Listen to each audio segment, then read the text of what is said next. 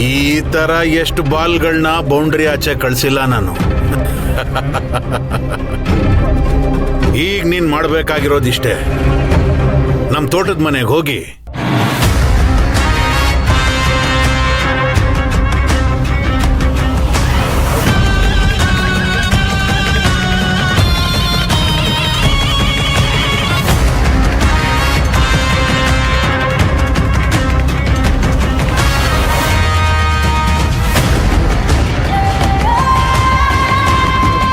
So simple.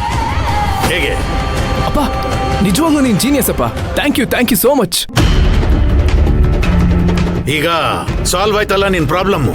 ನಾನು ಹೇಳಿಲ್ವೇನೋ, ಈ ಪ್ರಪಂಚದಲ್ಲಿ ಸಾಲ್ವ್ ಆಗದೆ ಇರೋಂಥ ಪ್ರಾಬ್ಲಮ್ಮೇ ಇಲ್ಲ. ಬಾ, ಇದೇ ಖುಷಿಗೆ ಇನ್ನೊಂದು ರೌಂಡ್ ಹೊಡಿಯೋಣ. ಅಪ್ಪ, ಇನ್ನೂ ಇದೇ ಖಾಲಿ ಆಗಿಲ್ಲ.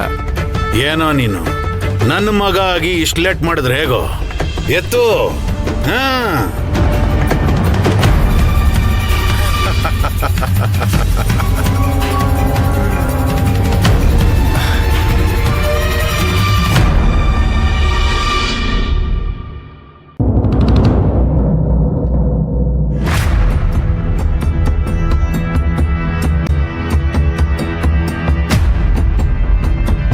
ಲೇ ನಾಗೋ, ಇದೇನೆ ಬಾದಾಮಿ ಹಾಲು ತರ್ತೀನಿ ಅಂತ ಹೋದವಳು ಓಡಾಡ್ಕೊಂಡು ಇಲ್ಲೇ ಇದೆಯಲ್ಲೇ.